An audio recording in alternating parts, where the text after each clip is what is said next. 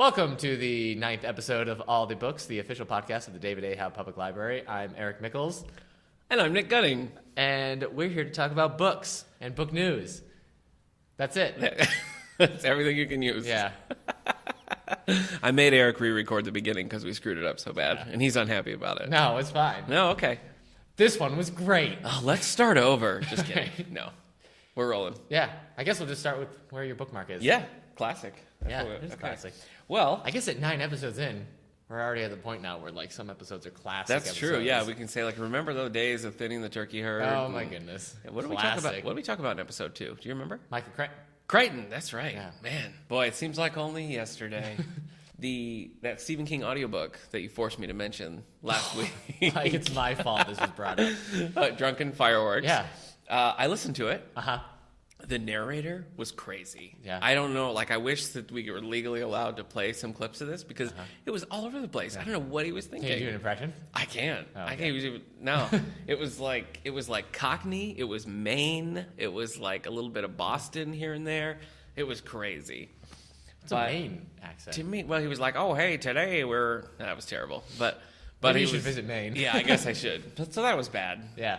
I think The the story might have been fun. It was about like these basically rednecks who win the lottery end up starting this like firework duel with these rich people across the lake, and it just escalates and escalates. So it's kind of a fun story, but the narrator just ruined it for me. I finished Winter Ghosts. I don't know if I was starting it last week or had started it, but that was another one where I was listening to some of the audiobook and the reader was just so boring. Yeah. That I had to just scrap that and start over again. So it had kind of a slow start, but I actually ended up really liking it. That was Tony Danza was doing the audio. Yeah, Tony, he was like, "Hey, welcome to." Okay. Hey, hey, Angela.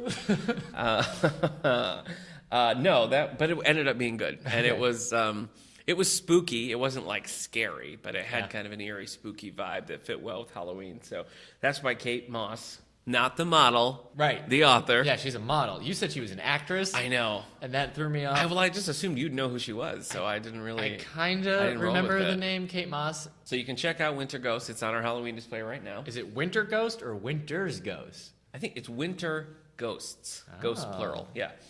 I also read a couple of graphics from our collection. I read Batman Cacophony a while back, and then I read the sequel to that, The Widening Gyre, which I thought The Widening Gyre was actually better. Yeah. But it ends on a cliffhanger. I thought The Widening Gyre was better as Batman Mask of the Phantasm. Oh, I guess that's true. Yeah. It is. They have like the that. same plot. Yeah, that's similar. So, like Batman's like, maybe I finally found love and I can finally retire Don't being spoil Batman. it. Well, maybe he can. Maybe he can. That's the point. Yeah, maybe he can. Also, if you haven't seen Batman Mask of the Phantasm, you got to see it. It's great. I saw it in theaters, I I was one of the 5 people who saw Batman Mask. That was one of the movies I saw as like an 8-year-old kid. Yeah. And like my mom rented it for me because it was animated. Yeah. But it was pretty PG-13. Yeah, I remember the Joker like bleeds, or Batman bleeds. At some point there's blood. There's blood, but Batman like kicks Joker and a tooth flies out. Yeah. And I remember watching this as like an 8-year-old kid. It's like late at night. No one else is awake. And I keep looking to the stairs. I'm like, I'm not supposed to be watching this. I know, yeah. It felt really great. That second half where they're in that like rundown like carnival with the vision of the future. Yeah. Creepy. Yeah. Anyway, so I read The Widening Gyre by Kevin Smith and I liked it. But there's supposed to be a third part and it never came out. Yeah, Kevin Smith, he wrote a lot of comic books for DC and Marvel, and then he left a lot unfinished because he just was like, oh, I'm so busy, and then he didn't really do anything. So there's like a Daredevil comic book he wrote that never got finished. I mean, you read the Spider-Man one, right? No, I didn't. He did like a Spider-Man Black Cat one and didn't get finished. He wrote a lot that never got finished. Well, that one is just, I mean, I don't remember it ending on a cliffhanger. Oh, it does. Oh. It does. I mean, there's no resolution at all. So, Weird. I mean, if there was a third part, it would be great. But My memory is calling you a liar. well, your memory's wrong. Okay. So that was decent. And then I read the new Fantastic Four series, the first volume of that, New Departures, New Arrivals. And it was actually pretty cool. I'm not a big Fantastic Four fan, but this sets up 2 different series. It sets up the main Fantastic Four family where they go out on a cosmic adventure. It's supposed to be a year-long thing where they're trying to find a cure for Reed Richards. And it also sets up a series called just FF. First volume is Fantastic Foe. Yeah. And Faux, F-A-U-X. Right. And that has... I hate that word. I know. Just I say do too. fox. Yeah, just do it. This first Fantastic Four volume sets up both of those, so it kind of branches off in two different directions. I would probably read the second volume of Fantastic Four. I like Fantastic Four when they're cosmic. Yeah, I like them less when they're just like hanging around the Baxter Building. So I like anything with She-Hulk. do you? Yeah. Well, maybe you'd like FF then. Yeah. I doubt it. It was so weird. Maybe you would. I like She-Hulk. I thought it would be like kooky enough that I would like it, but currently I picked up a copy of John Grisham's Gray Mountain. So he's got a new one called Rogue Lawyer coming out on That's Tuesday. part of my book news. Oh, I'm sorry. So, but this before Gray Mountain. I guess you're doing book news now. Oh, jeez. You're hostile. You hated how I did it. You hated book news from the start, and now you're taking it over. Oh my gosh. Anyway, I'm going to talk to your manager. but that's you. Yeah. I'm going to have some words. That bit never gets old. I love it. Yeah. I love it. That's going to go in the greatest hits compilation. Gray Mountain. Something happened midway through the book that was very un-Grisham-like, and I was like audibly shocked by this. So that's pretty cool. You tried being an artist? Oh my gosh, how dare you. Grish, if you're listening, please disregard that last comment. I also picked up the second volume of Green Arrow, Kevin Smith's run again. Yeah. Not intentionally, but Green Arrow Sounds of Violence, Volume 2. So I liked Quiver, and now I'm catching up on Kind of sounds like you're in love with Kevin Smith's work. It does sound that way, but no, it's coincidental. I didn't do it on purpose. We'll see. What? Next week, we'll see. Oh, okay, all right. Still We'll see reading what Kevin happens. Smith's I'm like, stuff? yeah, so I'm reading the script to Clerks. And we were like, I knew it! So that's it. Gray Mountain and Green Arrow Sounds of Violence. I got some more Halloween reading to do. I'm taking a little break with Gray Mountain. Yeah, so. you can tell. Yep. All right, so that's it for me. Where's your bookmark, buddy boy? Okay, man. I finished I, Ripper. Okay. Remember how I said I thought the writer, the guy investigating it, because he was a newspaper writer. Sure. Like, surely he will be Jack the Ripper. Well, don't spoil it. Oh. People might want to read it. Okay. Would you recommend it? Would you say it's a good book? Yeah, it's kind of gross. Oh. Because he kills people a lot. Jack the Ripper kills a lot of people, and it's pretty gruesome. And he's like, as he stuck his knife, I'm like, stop. Stop stabbing people. Okay, so I'm going to pass. Yeah, but you wouldn't other like people might like it. Yeah, I mean, it's still interesting. It's split up. It's written so that Jack the Ripper is telling his story. Okay. And the investigator is... It's not an investigator. The newspaper reporter is telling his story. So we switch back and forth from those point of views. Gone Girl style. And Jack the Ripper's stuff is obviously more interesting. Yeah. So there were parts where I'm reading the newspaper writer. I'm just like, get back to Jack the Ripper. That's true of any case. When you're following multiple storylines, and some people, it's like, don't care. It's almost like the newspaper writer's stuff are just like flavor text. And like the real story is Jack's the story. But, you know what's really funny? Tell me. I finished that book, and it was really good. And as I finished it, I was listening to my Pandora, and I had a Halloween playlist on. Yeah. And the song this is Pandora, so I didn't get to control this at all. Right. The song that came up as I closed the book was called Jack the Ripper. Oh my gosh. By the Horrors. Wow. And it was really creepy. It was this kind of song that you would imagine played if they did like more of a like Victorian kind of classical take on this story as a movie. Like this would play during the credits to like subvert everything we just saw. You know what I mean? Yeah. It's a weird coincidence. Yeah, it was a great coincidence. I was like, is anyone else seeing this? Yeah. So I had to share it. I finished Guardians of the Galaxy Volume 2. It's a comic book by wordsmith Brian Michael Bendis. I haven't read any Guardians. The first comic in the series. Here's the thing. Okay. You can back me up on this because you remember I read Guardians of the Galaxy and I was reading it before the movie was even announced. That's true. And like I liked them before that was happening. Yeah. So I liked them, and I enjoyed the first volume of the Bendis run. Okay. But the second volume was just nonsense. No good. Because they bring in this character called Angela. And Angela was created by Neil Gaiman. Okay. Who wrote him in a different universe, and Marvel got the rights to it, so they're bringing her in. But it's just this boring, complicated storyline. It's like it was nonsense. It just felt like utter nonsense, and it was disappointing because I like Guardians of the Galaxy. Yeah, we've had that first volume in the graphic novel section for a while, and it's been super popular. Yeah, I finished Salem's Lot. Hey, yeah, I'm impressed that you did that. Thank you, man. It was so fast. I had to do it. I know you did. I guess I didn't believe in you enough. I gave it 4 stars, and that's on me. I'm surprised about that too. I know. We can't get into it now because our big section is on Stephen King. Yeah. All right. Well, I liked it. Okay, that's good enough. And then I told you before what my Halloween reading was gonna be. Yeah. And I caught up really fast because I finished Salem's Lot and I Ripper in 1 week. Yeah. So the next book is supposed to be Devil's Only Friend by Dan Wells. It's part of the John Cleaver series. Oh yeah. But it's checked out, and it's a new book. Yeah. And So any other library has it new, so I can't request it from other libraries. Yeah. So I guess I can't read it right now. Yeah. So I picked up Jack of Spades. Well, that's a win for you, though, because you're always talking about Dan Wells, so you're raising his profile at the library. I picked up Jack of Spades by Joyce Carol Oates. Oh. You made it sound creepy enough. Yeah. No, wait, Hearts of Atlantis? Are you talking about? Yeah, nice. That's funny. I also picked up Invasion of the Body Snatchers because you told me it's creepy. Ooh, it is creepy. So I'm gonna... Yeah, and it's very Salem's Lot is very reminiscent of Invasion. Guess what else I picked up? I haven't opened it yet, but it's sitting on my nightstand. All right. Grayson. Oh, okay. So the I'm gonna tell DC you, Comics. where Nightwing's identity is now known to the world. Wow. And he's now a secret agent, which I I'm don't not- understand. If you're a secret agent, but your identity is known to the world. To the world, yeah.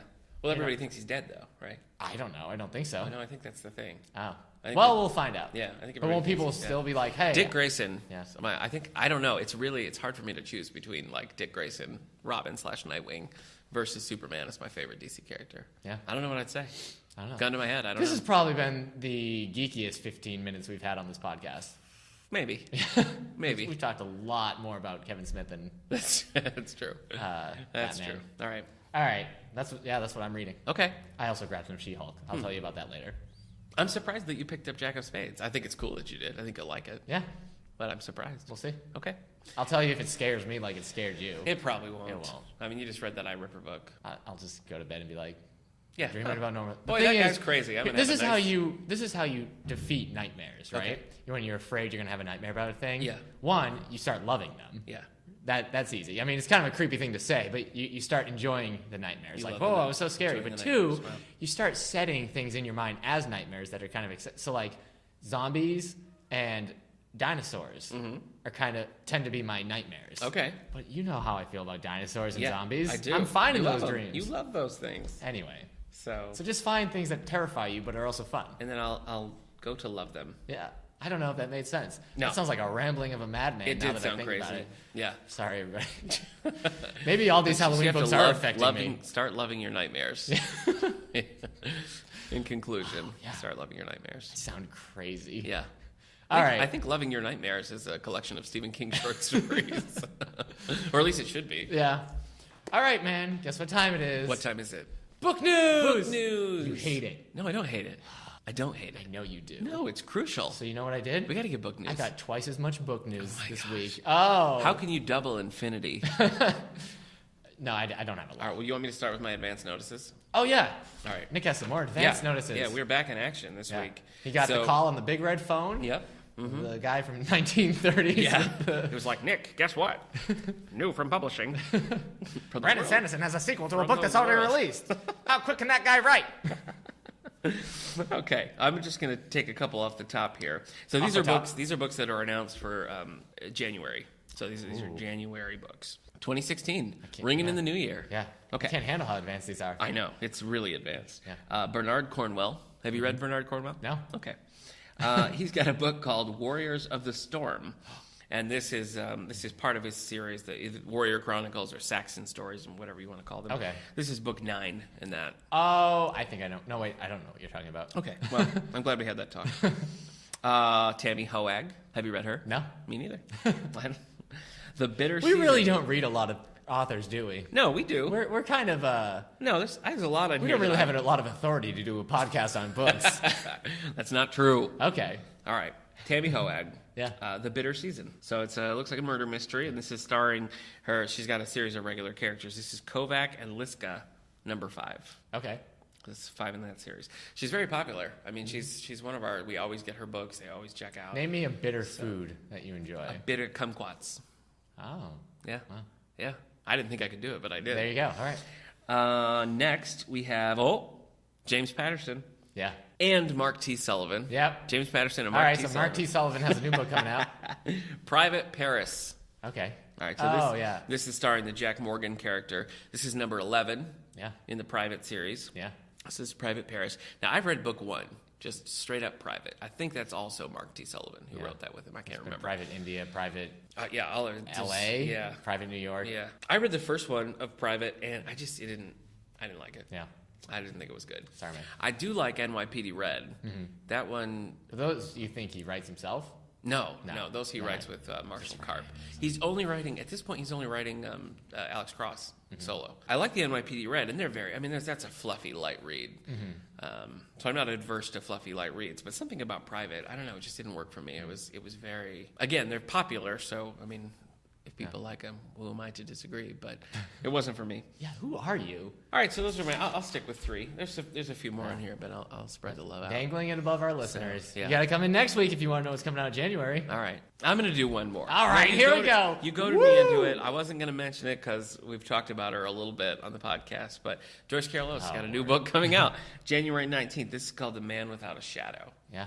And I looked up the synopsis on this one, and it's a topic that I kind of surprised. It didn't sound like a Joyce Carol Oates book to me at all, but it's about a man who can't create new memories and he can't hold on to old memories. So he's just kind of perpetually in the now. Yeah. So it's about like him. a dog. Yeah. And or Guy Pearce. Yeah. Or from 50 First Dates, that character with the 10 seconds.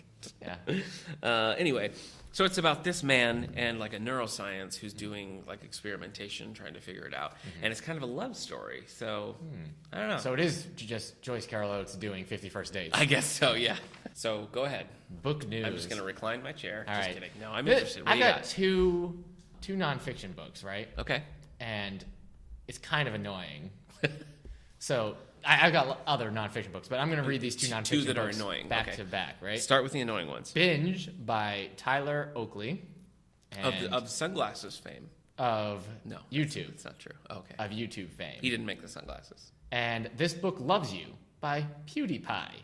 What? Of YouTube fame. Oh. Do you know PewDiePie made $7 million last year? I on don't. YouTube? No, this is where I turn into an old man because I've never been. I don't watch these guys. Okay. They're just YouTube stars. Okay. I tried to be I tried to be a YouTube star for a little bit. Didn't pan out. No, and now these guys have book deals, making millions of dollars last year. Could have been you, bro. My zombie blog never really took off. No. It's clever. Thank you, man. It's a clever concept. Yeah. All right. That's what I'm saying. Do Unto Animals, a friendly guide. Oh, hey, all these books are coming out October 20th. Okay. I should just say that. October 20th. So those two YouTube stars, if you like them and you want to watch a bunch of kids become famous on YouTube and then write books and live my dream. Whoa. Hashtag bitterness. Yeah. I guess that's my favorite. Yeah. All right. Do Unto Animals, a friendly guide to how animals live and how we can make their lives better. Oh. How about we stop shooting them? Wow. And enslaving them and causing them to go extinct? Oh no. Okay. Whew. All right. Also, Let it out. maybe we close SeaWorld. Oh no. Okay.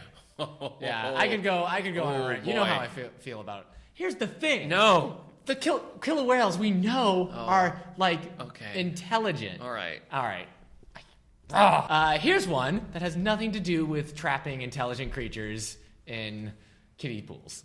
The Pioneer Woman Cooks. Dinner time, comfort classics, freezer food, 16-minute meals, and other delicious ways to solve supper. Oh, great. It's by... So this is where they take a pioneer woman, they trap her in a kiddie pool, and force her to cook grits. This is by, is it Ray? Ray Drummond? She has I very don't know. red hair. I don't know. I see her face on hundreds of cookbooks. Oh, okay. So I assume these cookbooks are very popular. Yeah. So get out there and cook. Cookbooks are a big seller here. Yeah. Whenever we get a new cookbook, they're flying off the shelves. I guess this is a nonfiction book. It's called Hemingway in Love, his own story by A.E. Hotchner. Okay. It's not his own story if somebody else is writing it. True. But maybe this will be good. Yeah, maybe it's like letters and stuff. Yeah. Could be. In June of 1961, A.E. Hotchner visited an old friend in a psychiatric ward. It would be the last time they spoke. A few weeks later, Ernest Hemingway was released home where he took his own life. Oh, so this guy was friends with Hemingway. Okay. So, War of Two, Alexander Hamilton, Aaron Burr in the duel that stunned the nation. Have you ever seen it's on YouTube. It was at the White House. A man performed a rap about Alexander Hamilton. No. It was so good. It's great. You should watch it. Okay. Do you like Alexander Hamilton? I mean, I don't particularly like Alexander Hamilton. Yeah. The guy said he was writing a musical about Alexander Hamilton told from the perspective of Aaron Burr. Interesting. Yeah, I don't know if that musical ever happened. Probably not. Well, Hey. no, there's a big musical right now called Hamilton. I guess it happened. So, yeah. You spoiled this for everybody. Oh, boy. Rogue Lawyer by John Grisham, coming out October 20th. All right. Are you happy? I mean, I don't really feel that I spoiled it, but yes, I am happy. On the I right like Grish. side of the law. Sort of. I know. See, the premise sounds kind of intriguing to me because the lawyer's kind of a jerk. You know, that could be fun. Yeah. But the reviews have been really mixed. Oh. Some people like it, and some people are like, "This is so dumb." What's the one that you hated? It was the Litigators. Litigators, yeah, I really didn't like the Litigators at all. Okay, but you just read Sycamore Row, right? Yeah, Sycamore Row was great. All right, well there you go. Yeah. There hasn't been too many Grishams that I read that I thought, oh, that was bad, but The Litigators was definitely one of them. Gray Mountain also has really mixed reviews, and I get it. It's not one of the greatest ones, but, you know. Yeah. All right, Career of Evil, Cormoran Strike. Cormoran Strike, yeah, it's J.K. Rowling. It's Robert Galbraith. Robert, yeah. Yes, it's J.K. Rowling. Yeah, that's the third. Oh, okay. That's the third That in the makes series. sense. I read the first one, Cuckoo Calling. Okay, did you like it? Yes. I thought that it was too long. I thought that the way it was, I like mysteries where you kind of like you're working along, you're trying to solve these are things. mysteries. Cormoran Strike Book 1, Cuckoo's Calling, I felt like it was all just him having conversations with people, and you end up just sitting through really long conversations between two people. That's not how I like mysteries to be. Okay. So I like the writing, but that to me was kind of dragged it down. So I haven't read the second one. I probably won't read the third. J.K. Rowling wrote a nonfiction book. Really? Called Very Good Lives: The Fringe Benefits of Failure and the Importance of Imagination. This came out in April. Oh no, that was like a commencement address that she gave that they put into a little book. Yeah, I think they were like, if we could put J.K. Rowling on the cover of a book, let's do it. Yeah. Let's sell it. Post by Robin Cook is coming out as well. That was by Stephanie Meyer, and it came out several years ago. Oh, I get it. Yeah. Host. Yeah. Man, that movie was bad. Oh, it was. That was so boring. That was brutal. I actually tried to read that book because I thought it was a cool concept. No. I couldn't do it. Anyway. Again, people love it, but not this guy. Robin Cook. Robin Cook. He's sci-fi. Well, no, he's kind of I medical? guess. I don't know. Yeah, he's kind of, he was the one that, there was early comparisons between him and Crichton. Oh, right. Robin Cook wrote Coma, and then Crichton adapted screenplay and made the movie. Medical thrillers, you know. The Lake House, a novel by Kate Morton. Isn't this already, The Lake House is already a thing? I think there's Keanu Reeves and Keanu Reeves Sandra Bullock. They write letters to each other. You're thinking of Speed. Okay. Wait, I never put that together. But they're in those two movies together? Yeah. Good for them. Yeah, they're like the Tom Hanks and Meg Ryan of disappointing movies. That's harsh. Sorry. Keanu Reeves has had a brilliant career. You didn't see John Wick? No, I didn't. Too violent. It's pretty good. Okay. Also, it's really fun to quote, like over exaggerated. It looks good to me. I mean, it looked like it. I'm guessing I'm back. That's just fun. When they were showing those trailers, it was just every time that commercial came on, it was how loud can I say that line, and I got louder and louder every time. My wife didn't think it was funny. Yeah. No, it doesn't. To me, to have me like.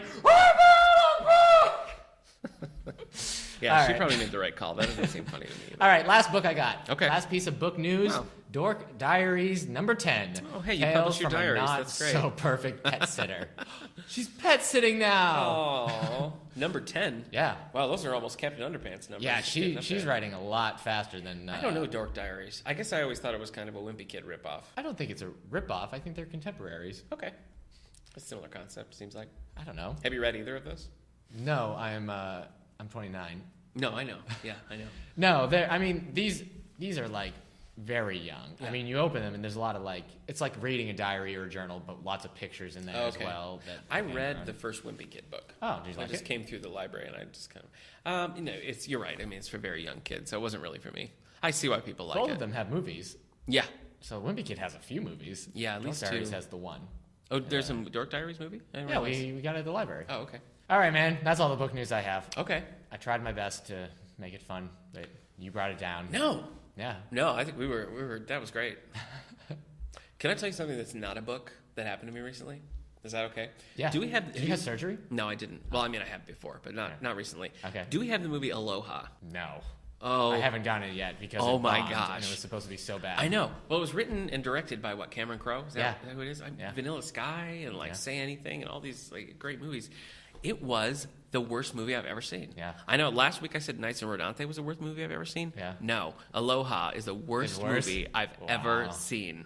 My wife and I watched it, and it was like, what it felt like to me was watching deleted scenes from a bad movie. Because it just, everything that happened, we were like, where did this come from? Why are we talking about this? Yeah. It was just a disjointed bundle of nonsense. Yeah. So I just wanted you to understand how I felt watching. You know what I think it is? Aloha. What? I think you just get comfortable, so you lean back, which means you lean away from the mic. Whereas I'm always like up, here, up front. So Sitting up straight. Right. So this is an example of when I'm talking, you're not listening because you're waiting to say something. Is that right? Oh, boy. Oh. This podcast is a sensitive podcast. I know. Let's work this out. Let's hash it out. All I'm right. sitting back again. Jeez. Yeah. All right. I'll sit forward. You're Okay. right. I get comfortable. See? I get happy. Yeah, you taught me something. I learned something new. No, everybody hated Aloha. Critics couldn't believe it Yeah. because everybody loves Cameron Crowe. It right? was That's a his good name, yeah. cast. I mean, it was Bradley Cooper. It was Emma Stone, Bill Murray. That's rough. I know. People couldn't believe it. I know. And it did bomb. I know. I have thought about getting it for the library, but other libraries have it. So if you Yeah. really want Aloha, get it from another library. I can't imagine somebody watching that being like, well, that was great. I want to watch it again. I want to recommend it. You know what is great? Tell me. This has nothing to do. I'll share something that happened to me. Okay. This is like a new segment. I ordered some movies. Nick and Eric sharing I corner. ordered some movies for the library. Okay. And they sent us a free copy of Furious 7. Wow. I don't know if it was a mistake, but now we have 2 copies of Furious 7. Vin Diesel's people were like, we gotta spread the word. Yeah. The things I'm gonna do for this library. That's right. There are 7 of these. Yeah, they've already announced date. I mean, Go. they've announced date. They got the director, Well, the what- director who just did Straight Outta Compton. Okay. He's directing Fast 8 or Furious 8, 8. whichever one they're calling it. Yeah. Man.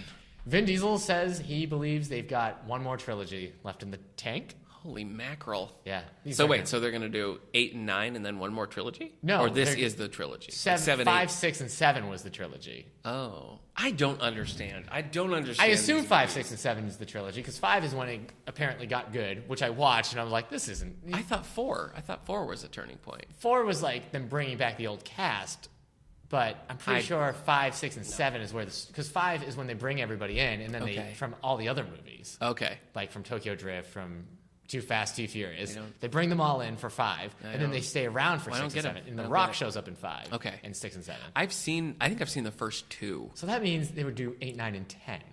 Ooh.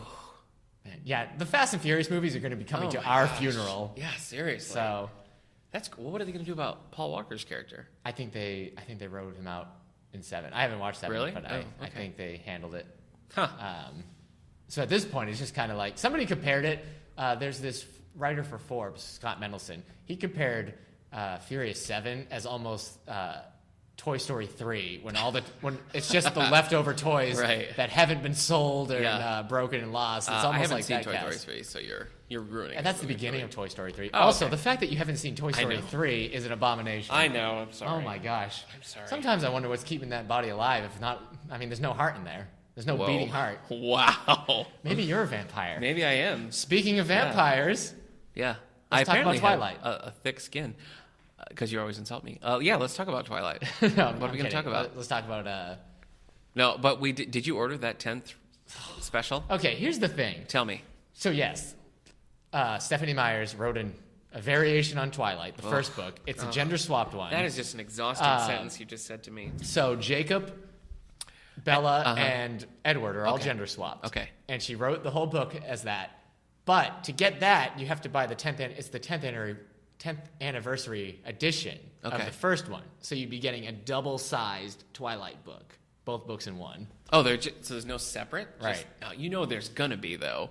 In like 6 months, Yeah. they're going to put out that one So by itself. I've been waiting to see what happens there. Oh. Also, no one has come to me and said, "Can I get that gender swap Twilight?" that's true. It's almost like Twilight is terrible, and they Well, finally realized. it seems like it reached its audience, it Yeah. peaked, and now it's kind of over. So Yeah. to try to bring I actually it thought back. they had been talking about that forever, but I guess not. No, I don't know. I don't follow it. Is she gonna write anything else? I don't know. Do you think she can live off Twilight money for the rest of her life? Well, there's 3 Twilights. Maybe she'll and do then what that- J.K. Rowling did, and she'll just tell us things about Yeah, Twilight here's- characters yeah. for the rest of our lives. Did you know Bella was Aquarius? Yeah, Did you? I didn't know. Well, now, yeah, she is. Wow. Yeah, Stephanie Myers just said. Yeah. Yeah. Man. Yeah. I Twilight wish J.K. Rowling would just .com. stop talking about Harry Potter. Like all It these does facts. seem to It's keep like coming up a lot. Yeah. just write. If you're gonna Yeah. do more Harry Potter stuff, just write Harry Potter books with this stuff in But it. I mean, the following is still huge. You know, she comes on Twitter and she's like, "Did you know Ron was a lefty?" And everybody's like, "What? That changes how I see it. Retweet, retweet." It's ridiculous. I know. Yeah. Well, And I don't think she's making any money of it. It's almost like trolling her fans. I don't at think this she point. needs money. Yeah. And then also the Cormoran Strike books they're doing gangbusters. They're pretty good. I don't know why she needs to write the other stuff then. I don't know. I think she talked about writing a new Harry Potter book. Did she? Yeah. Listen, Harry Potter fans, this is coming from somebody who's the most diehard Animorph fan in the world. Oh, God. Just let it go. I feel like Animorphs is our new Joyce Carol Oates because it's always. No, I'm saying that because people would say that because like the Harry Potter fans, like Harry Potter's the only thing I ever want to read. Yeah. Here's the thing, I haven't read an Animorph book since 2001. Oh my gosh. So just. And you're keeping the dream alive, you guys. man. You've read Harry Potter. Wow. You had that experience. You saw the movies. You lived it.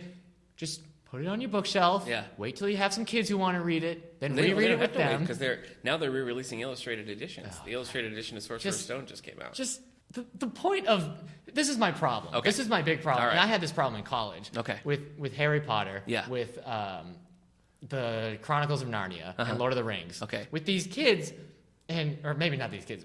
In college when I was in college as well. Like the people I know who love this stuff. They don't let it be a gateway into other stuff. They read Harry Potter, and that's all they read. True. They don't realize that Harry Potter is urban fantasy. It's and there's other stuff that is just as good, if not better than. And they don't let it. They're just like, oh, I like Harry Potter, but I don't like fantasy. It's like, yes, you do. It's magic and broomsticks. It's just frustrating. Now, is this a time where I should provide address to send you hate mail? Because please send this all to be... Wellsville at stls.org or All the Books Show on Twitter or our Facebook page. I'm sorry. I blogged about this years ago. Yeah, and it's all just coming very back. Frustrating. Yeah. We reopened a wound today. I think this stuff is good, and it's good that kids read it, and like that stuff is great, but if you don't let it lead you anywhere else, that's not good. Yeah. And Take a break. This is what happens when you stop me from talking about whale cruelty. I guess so. Yeah, just put your head down for a minute. Yeah. Okay. All right. I'm sorry, no. everybody. I'm sorry. I'm taking over. I'm taking over. We're moving to our Stephen King spotlight. Oh no, but you're going to be aggressive about Stephen King too. No, I'm going to be good this time. Boy. I'm on good behavior now. Boy. I got it all out of that Harry Potter rant. Yeah. Okay. All right. So we're going to talk about Stephen King. Yeah. So we've done. He's our favorite author.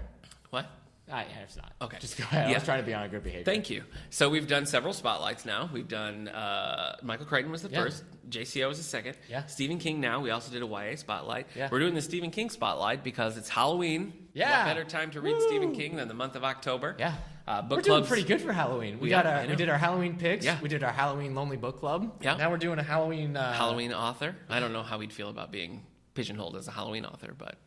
Anyway, the book club certainly doesn't write in Salem's Lot right now, so that's true. A little tie in there. We've been asking our listeners to send us their thoughts on Stephen King. If we have any anymore, and we've got those we haven't alienated, and we got a couple of responses. Okay, all right. So we got at Sarah Keeler B says his memoir on writing, probably the best book on writing that I've read. Okay, I have been meaning to read on writing, like for years. Yeah, it sounds great. I know people from when I took my writing classes who have read it, and they said it was great. And some of the stuff he says in it is supposed to be really good. I mean, really, what he's from what they have told me is that you can distill it. It's just right, like just write a lot of words all the time. Yeah, just like write 5,000 words a day. Which I mean, is good advice. Yeah, so. That's one I'd be interested in too. It's supposed to be kind of also a memoir, though, talking about his writing process. I think so. Yeah, I guess it's interesting for both fans of him and writing fans. So I had it at one time, and I was going to read it before NaNoWriMo started a few years ago, but then NaNoWriMo started, so I didn't have time. Right. Do you want to mention NaNoWriMo while we're talking about it? We're coming up on November. Yeah, I guess in like 2 weeks, National Novel Writing Month starts. So that's going to be exciting. Hopefully we're going to be doing some stuff here at the library. Yeah. I got a starter pack coming with a lot of buttons. Cool. So if you're a writer out there, you're looking for a place to write, the library's here. You're supposed to write 50,000 words in 1 month. And that's about 1,600 words a day. Okay. Which, when you say it like that, it doesn't seem like a lot. But if you miss a day, then it becomes 3,000 words in a day. Yeah. And then, sometimes the words just don't flow. You're like, oh, I only got 1,500 words this day. And so there are some times where you're like, I got to write 4,000 words a day, or it's all going to fall apart. Oh, geez. So that's where you just got to go sit in Dunkin' Donuts with no internet. Or the David A. Howe Public Library. Or the David A. Howe Public Library. And you just got to sit there for like 3 hours and just write until you've reached the limit. Because That's it, man. Cool. So Yeah. that's the whole We'll talk about that that's in the whole month November, of November. too, So yeah. that's coming up. So what else we got here? Facebook user Greg says favorite Stephen King books: The Shining, Okay. Salem's Lot, Okay. It. He says, except the ending is kind of lame. So do with that what you will. Snap. And The Mist. Okay.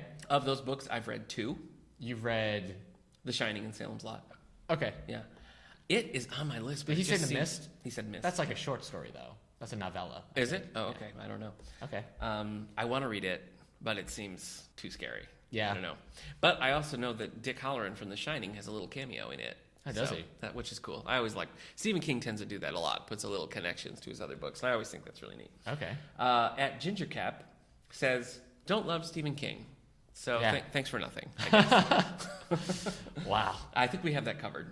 At HGunning22 says, I was pleasantly surprised at The Shining. I always assumed Stephen King was a pulp writer, but he's actually very skilled. So I think that's true. I mean, for me, The Shining was kind of an eye-opener. It wasn't the first of his books that I read, but it was, I think, the first of the like classics that I read.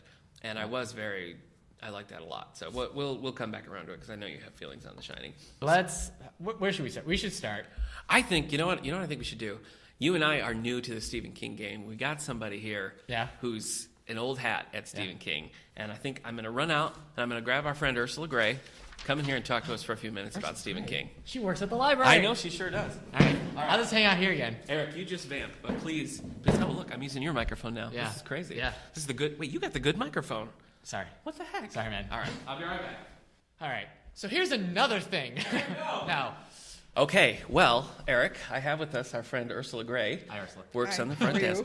She was very reluctant. Yeah. I had to drag her kicking and screaming. Yeah. She's agreed to 1 minute. 1 minute. Okay. So, That's it. 1 minute. beginning now. Oh my goodness. Oh, wow. Okay, well, what's the first question we should ask? How about this? You've read the classic Stephen King, and we've read the newer stuff. So what I want to know from you is, tell us your first experience with Stephen King. I read Salem's Lot. That was the very first book I read. A Oh, friend really? gave it to me, and after I read that, I was hooked. Really? Salem's Lot. I just finished Salem's Lot. Yeah, so all three of us have read Salem's Lot. Yeah. It's pretty That's good. one of my favorites. Yeah, Okay. that has endured. I mean, that's one that tends to. We had a user who just said that was one of his favorites. So, and that's been adapted into. There's been a movie and a miniseries. There's been 2 movies. Sequel. Oh, yeah. there's been 2. I didn't realize there was 2. Yeah, I think there was a more recent one. Yeah. Now you said It was also on this list that we just got. You read it? Oh, I'm sorry. there Oh, was a yes, movie I've about read it. Yes, that Now- was another favorite, too. Okay. Now how you say Nick says it seems too scary to read for Yeah. him. Well, I read it years ago, and I didn't find it scary, but didn't find it Yeah. scary. But you also said how old was your son when he read it and loved I it? can't remember. He was in 7th or 8th grade, and I had the book, and he said, "Can I read it?" And I said, "Sure." So he read it, and it's a thick book. I mean, Yeah. there's many, many pages. So Yeah. he's hauling this book around. He's this little skinny kid hauling this book around. It. Wow. And I think he read it 3 or 4 times, maybe 2 or 3 times. He Well, just loved I mean, it. now, He'd read that's it, like and a then he'd put it challenge. down. Yeah. Oh, geez. Well, Because Carrie came out in 1974. Okay, And so- then Salem's Lot was his second book in 1975. And then his third one was Shining. And then The So Shining. Shining. Those are pretty popular. But If you didn't like The Shining. It was okay. It wasn't my favorite. I Alright. liked The Stand much better. The Stand. Oh, Yeah. okay. Now The Stand is interesting because there's the original version, and then Then he put they out a new one, updated it. big expanded. Have you read the expanded? No. Okay. That adds a lot. Yeah. Have you read that? No, I haven't, but I sort of think, like, from what I've heard, my sister-in-law read that one. I think if you're a diehard The Stand fan, you might enjoy it because it's like reading deleted scenes, I guess, you know? I think maybe starting with the big expanded one might be a mistake because it's so dense. Yeah. But, all right, Ursula, if you had to choose a favorite or maybe a top 3, let's go with top 3 of Stephen King. What do you think it would be?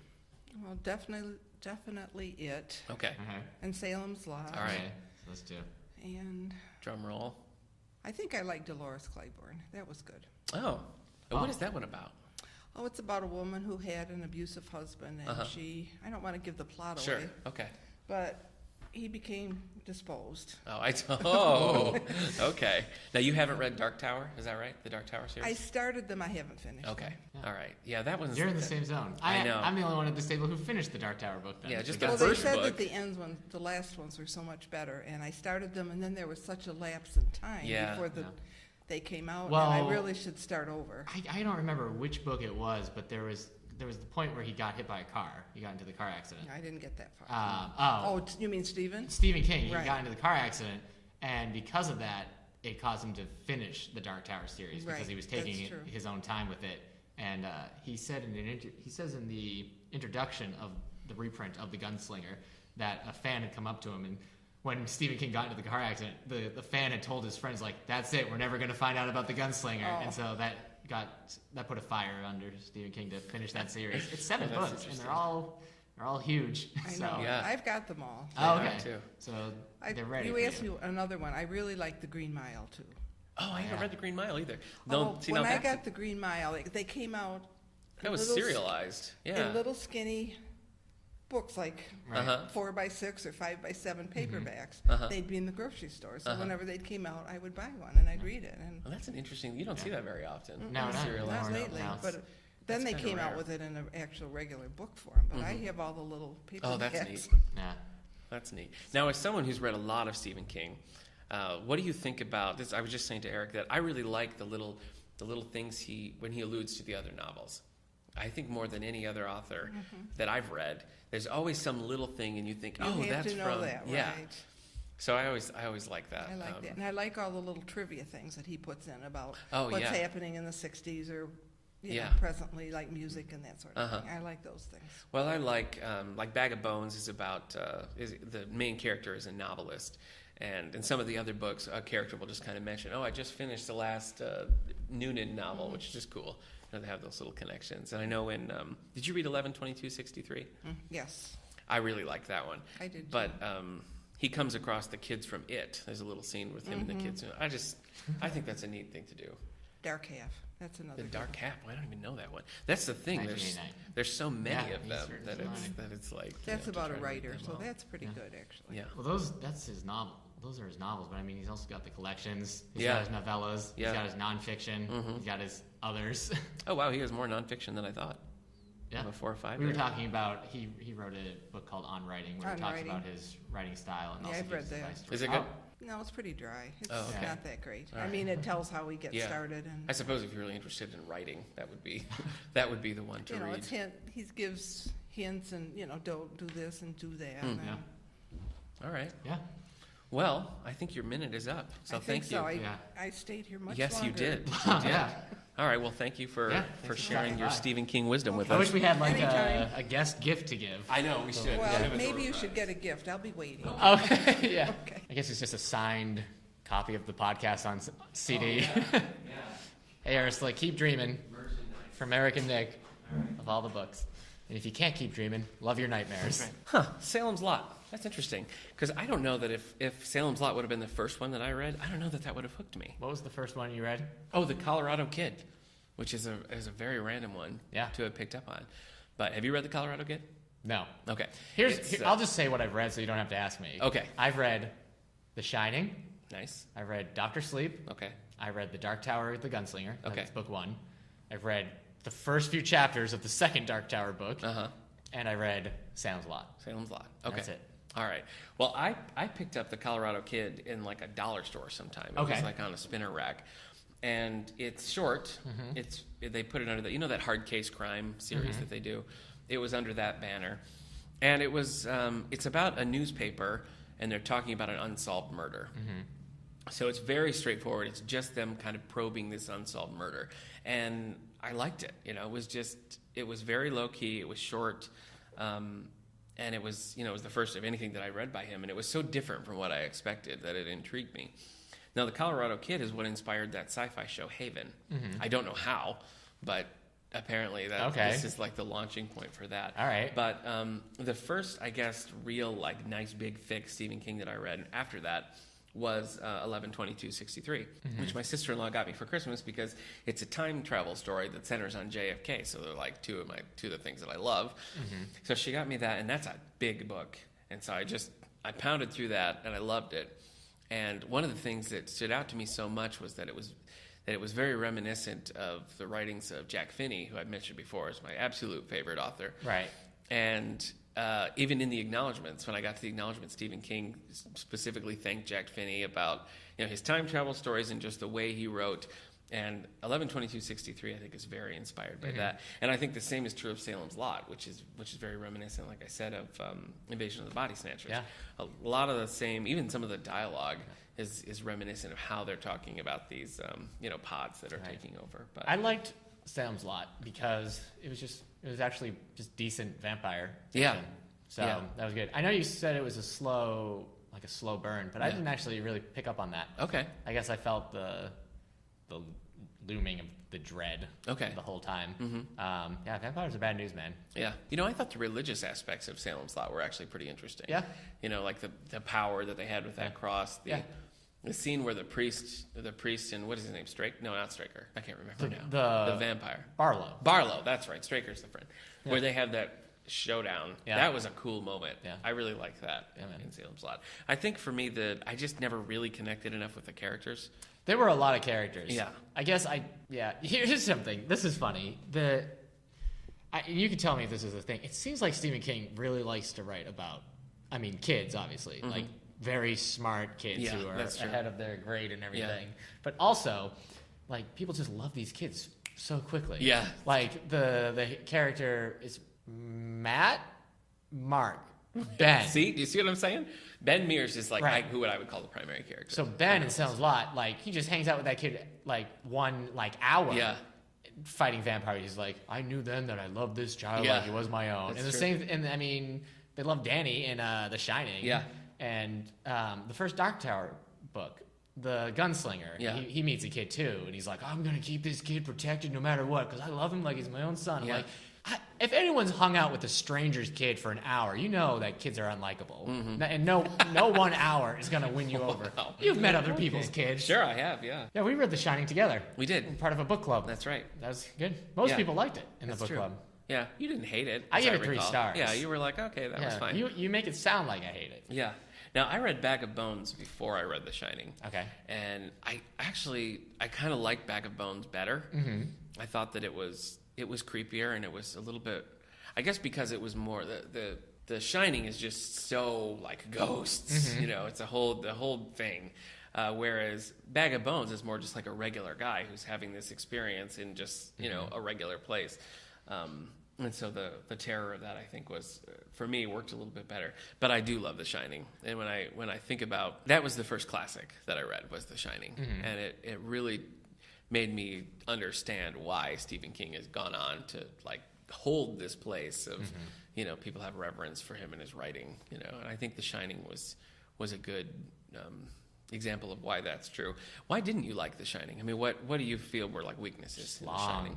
Just long. Yeah, it was long, but dense. I didn't feel Salem's that. Lot was it too. He writes so much. He puts so much on the page. Yeah. It's just my brain just wants to turn off. It's like, I get it. Just, I don't know. I like sparse writing every now and then. And well, then he's probably not for you. Yeah. For me, and I have this problem when I'm writing, when you describe, when it comes to describing things. Yeah.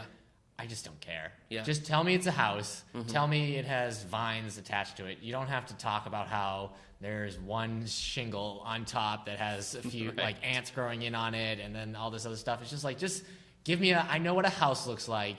Just tell me it's creepy. I'll paint the picture. Just put in the very specific things I need to know. Yeah. And I'll go from there. Yeah. So when he doesn't do that though. No, he doesn't. But I guess also with The Shining is that it's held up as this like book of terror. And I just didn't find it scary.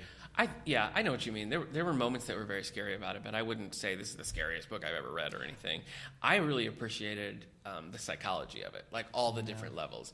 That concept of, now, is Jack good because he wants to be good, or is he bad because at his core, his instinct is to sort of be bad? And I thought that dilemma that he faces the whole time was fascinating. I guess I just took him as he was bad. Yeah. And so at the end, when he made that apparent turn, I was like, meh. Yeah. See, and for me, that was very powerful. I don't want to give it away, but there's a scene between him and Danny that happens towards the end of the book that I thought was it was a powerful moment. And I guess it was that's gross, why too. Like the scenes of the ghosts and the horror people, it's supposed to be scary, but I guess I just found it too gross and descriptive to that's get true. into. There is grossness there. See, and that thing, that the dilemma with Jack and his relationship with Danny, the resolution to that relationship, is one of the things that I that's thought, not there in the movie at all. No, it's not.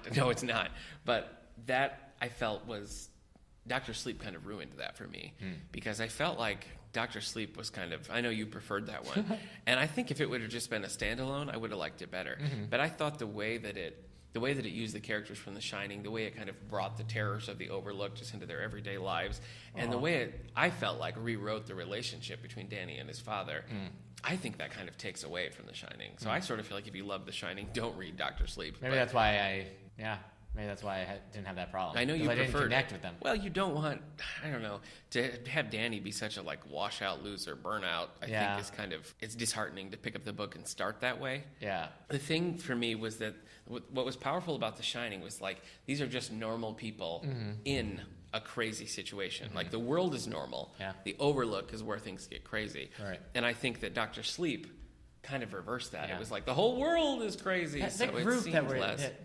what were they The called? True Knot? The True Knot. They were vampires, right? Basically. Psychic I mean, vampires? that was, yeah. And I thought they were very inconsistent because he spent a whole section about how they're basically like grandparents. You know, they just look like the average, retired couple in a motorhome.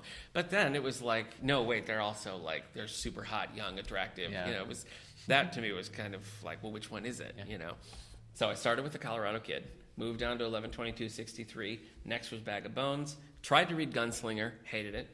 Yeah, let's talk about Gunslinger because that's like Okay. that's 7 books. Yeah. And like so it's obviously and it's got the comic books. Yeah. And it's even got that other book that's like from the world of the Gunslinger. Yeah.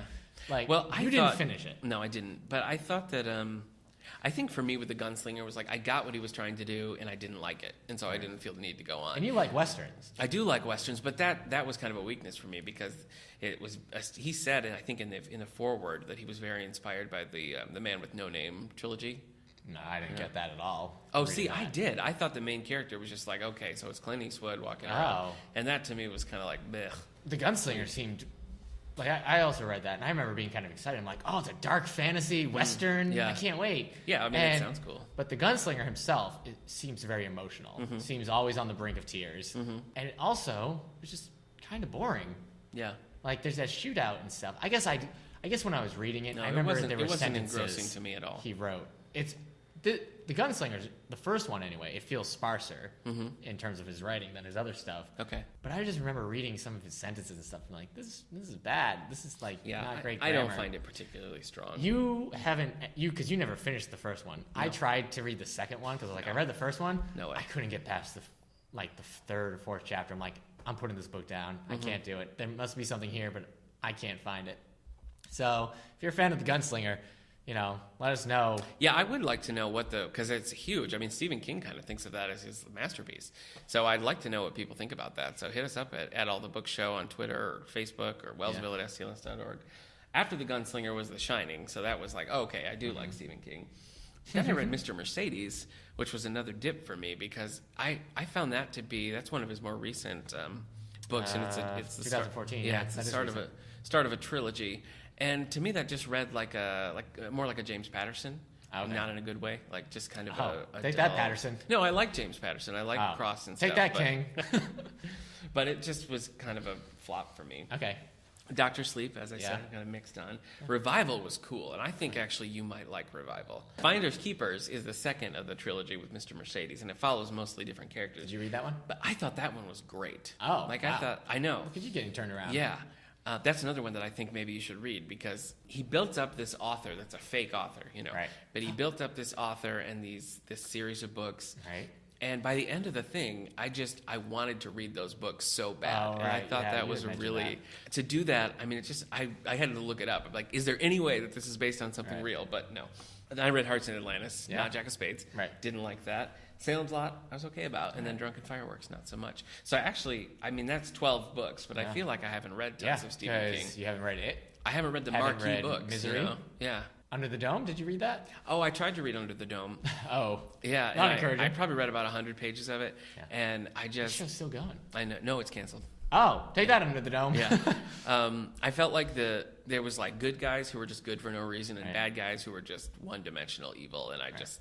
So which of the classics are you probably going to read next? Well, I want to read Christine I know. Oh, wow. Ursula and I were talking about that the other day, and she said that she liked it, but it was stupid. Oh, okay. Well, I mean, it's a hokey idea. It's the Yeah. most evil parts of the most evil cars Yeah. put together in one Silly. car. Yeah. So then I might have been experiencing Stephen King before you. Probably. Because I watched the first 2 seasons of The Dead Zone with Oh. Anthony Michael Hall. I've seen The Dead Zone. Okay, Yeah, so there you go. I've seen that. I haven't read the book. I haven't liked seen it. the Christopher Walken film, No, I haven't seen that. the either. original. Look, these are all the movies What movies have you seen? of Stephen King. Yeah. Just Secret Window. Yeah, Secret Window. So we saw Secret Window. based on a short story. That was actually, I don't think it was good, but I thought it was entertaining. Yeah. Which was That's weird. fair. I didn't think it was scary. That's fair. I didn't No, think not it really was. scary.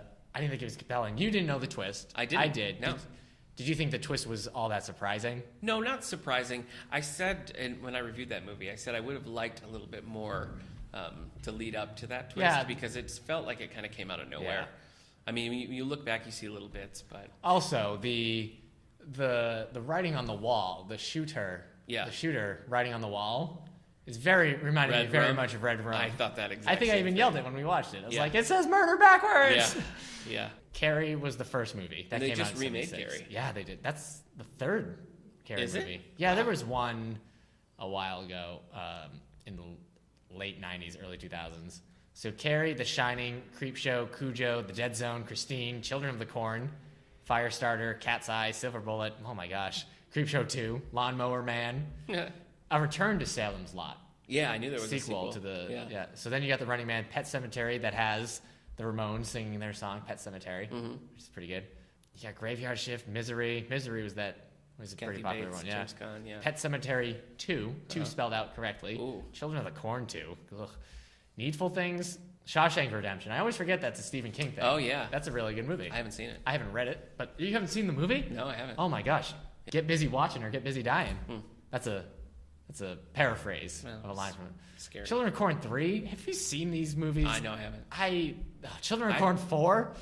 Wow. Children of Corn 5. There's a lot of corn kids. Apt Pupil. I've seen that. That was directed by Bryan Singer. Children of the Cornflake. It's a kid. Yes, The Rage. Carrie Sorry, 2 Tony came out in the Tiger. 99. Oh, So, wow. Children of the Corn 6666. The Green Mile, starring our friend Tom Hanks. Yeah. I guess he is everybody's friend. Yeah, he is. Dreamcatcher, the movie. Man, Is that Tommy Lee Jones, right? Dreamcatcher? Yeah. No, that's I want to say that's Jason Lee. Oh, okay. I can tell you, Damian Lewis, Thomas Jane, Jason Lee, and Timothy Oliphant. Oh, okay. Who's Timothy Oliphant? Why do I remember that name? Timothy Oliphant's from like Justified, that show. He's in Deadwood. He was on Oh, The he's the Office. bad guy from Live Free or Die Hard. Oh, that's true. Yeah. I don't think he'd want to be known as that, but yes. Secret Window, You stole my story. Creepshow 3, Haven't seen it. 1408, The Mist. Oh, I have seen 1408. Have you? Yeah, with John Cusack. Yeah, that was kind of we accidentally watched an alternate ending. We didn't mean to. And the alternate ending kind of ruined it. It wasn't a great movie. You might like it. And I think if you watch the original cut, is much better. It makes more sense. Okay. Anyway. Children of the Corn Genesis. Holy mackerel. Yeah. Now Then that's the- with Arnold Schwarzenegger? Genesis? Genesis with a Y? Yeah. Is that right? Okay. And there was the new Carrie movie, and he's Yeah. got some other one. Oh, yeah, they've been talking about this forever. The Dark Tower, turning that into the movie. Maybe it would be something I would like more as a movie. Yeah, it could be. I like that he bashed James Patterson. Did he? Did you ever hear that quote? No. He talks about how, because he's trying to show how popular stuff doesn't necessarily have to be good. He's like, take Yeah. James Patterson, for example. That stuff is pretty much garbage, but people love it. Wow. James Patterson's like, well, I guess I'll just keep doing what I do and tell everybody Stephen King is great.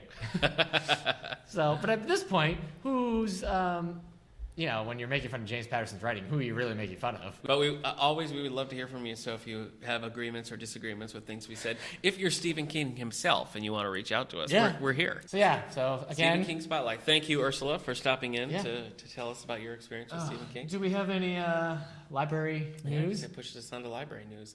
Well, I just want to say quickly before we get into that one of our longtime employees, Jackie, has moved on to bigger and better things. So we're happy for her, but we're going to miss her around the library. Better than so, well, the I mean, JBA how Howe could Public it Library? be better? But so we wish her all the best and thank her for the time that she was Yeah. here. Fun fact about Jackie: she gave me a cat. That's true. Yeah, that's where you So- got your cat. As far as library news, I've got my Lovely Bones book club. Yeah. That's on Monday at 5:30. Okay. So if you've read Lovely Bones, you want to come join us, please do. Yeah. The next book will What be if starting. they've seen the movie but haven't read the book? come on. Nice. Yeah, show up. Yeah. We'll probably just spend some time talking about the differences because, like I said, I kind of prefer the movie. So I'll be interested to hear what people think about that. Okay. Next for that book club, we're reading Rainbow Rowell's Landline, so you can pick up copies of that book on Monday. Wednesday is Back to the Future Day. This Wednesday? Oh, next Wednesday. The October 21st. Yeah. 2015 is the date that Marty, Doc, and Jennifer You know what's crazy? go into the future. You have a conference that week. That's true. We're going to have to record that day. We are going to have to. Wow, that's That'll be exciting. fun. So, in honor of that, we are showing Back to the Future Part 2 down in the auditorium at 6:45 on Wednesday, October 21st. Yeah, we got to find you a Pepsi Perfect, man. I have to have one. I know. Are they just? Is it just I feel that like day? I need to wear a double tie that day. Yeah, just in honor. double ties. Where can I get a Gray's Sports Almanac? Can someone tell me that?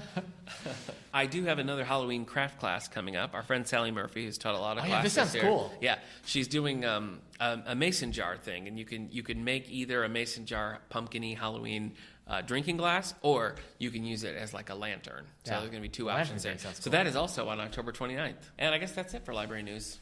Yeah, thanks for stopping by. What's that from? Hey, thanks for stopping by. Marky Mark? No. Oh, okay.